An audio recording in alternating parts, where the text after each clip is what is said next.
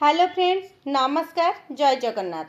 आज मु आपण मान सहित ए छोट माछर गोटे नुआ रेसिपी नहीं कि आसी। आपण मैंने प्रायतः माछर रेसिपी किए केमती खाइथिबे, जदि न खाइथिबे ताहले भिडियोटी को संपूर्ण देखंतु आ घरे गोटे थर निश्चय ट्राए करंतु। आमे भाजिबा पई हमको जेतिकी तेल दरकार ए सेतिकी तेल रे मध्ये आमे रेसिपी को प्रस्तुत करि परिबा, कारण ए माछ भाजिला बेले साधारणतः टिके अधिका तेल हमको लागे। प्रथमे माछ को भल भाव सफा कर नबा आकु भल भाव धोईकी नहीं आसवा। धोईकी नहीं आसला परे गोटे जगह को छाणी दबा जमती से जमा भी पानी अंश नथिबो। एबे लुण आ हलदी दबा, माछटी को हाथ में भल भाव एमती मिसई नबा। मिसई नेला परे आमे ताकू घोड़णी दे 10 मिनिट पई छाड़ी दबा। 10 मिनिट परे एई जगहटी माछटी को आमे आउ गोटे जगह को बाहर करि नबा। जो एक्स्ट्रा पानी गुड़िका थिबो ताकू मध्ये आमे फिंगी दबा।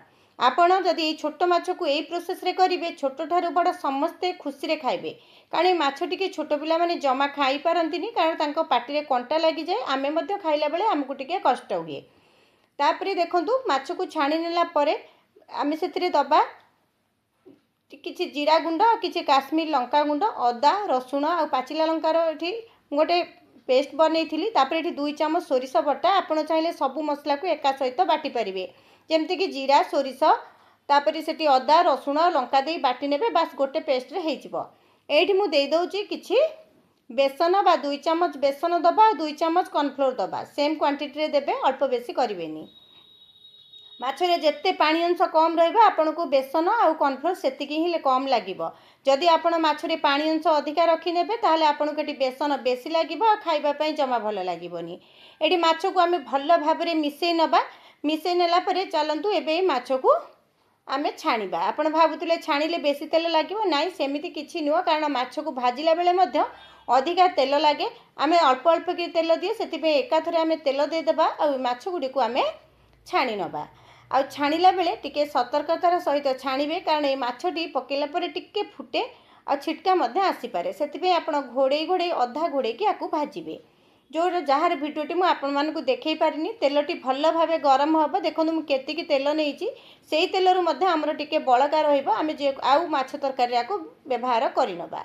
एबे देखंतु तेल गुड़िक गरम होला परे माछ गुड़िक आमे एठी दे दबा। माछ गुड़िक जमा भी लागिबोनी, कारण गोटा गोटा हे जिवो। सेते जेहेतु आमे कॉर्नफ्लोर और बेसन देइचे, जमा भी मेंची मेंची हबनी। से टिके क्रिस्पी होला परे सबु माछ गुड़िक गोटा गोटा हे जिवो। गोटे पट होला परे आपण ओल्टै नेबे। एमती ओल्ट पाल्ट करी माछ गुड़ी को छाणी नेबे। ए माछर क्रिस्पी चीज गुड़िक आपण केबे घरे बनैचंती कि नाही निश्चय तो कमेंट करी जणेबे।